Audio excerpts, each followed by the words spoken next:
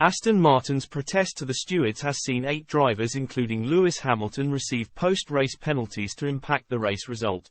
Lewis Hamilton has been hit with a 10-second time penalty, with 7 other F1 drivers also being penalised after the stewards agreed to allow Aston Martin's protest of the Austrian Grand Prix result.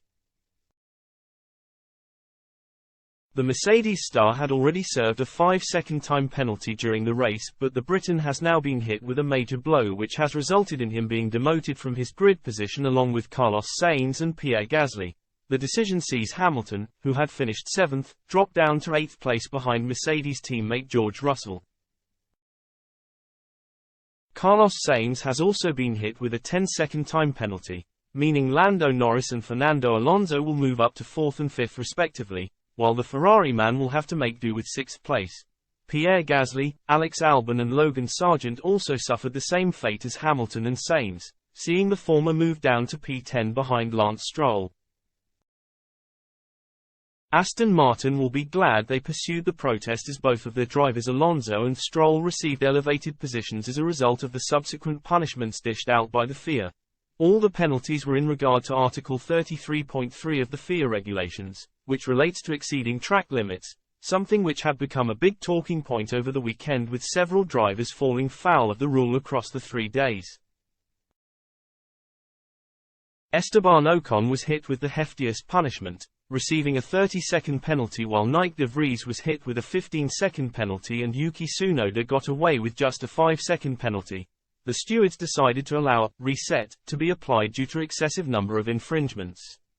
The counting of infringements restarts after another 4 infringements, whereby a 5-second penalty was given, and after 5, a 10-second penalty would be handed out.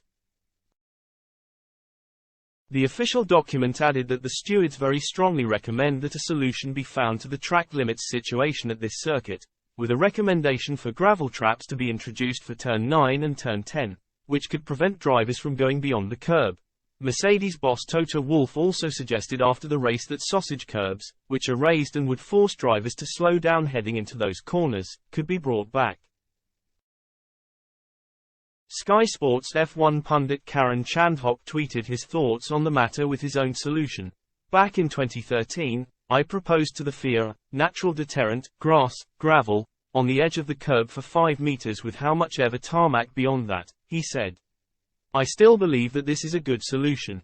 Tracks will have a challenge maintaining this edge, but nobody will gain an advantage.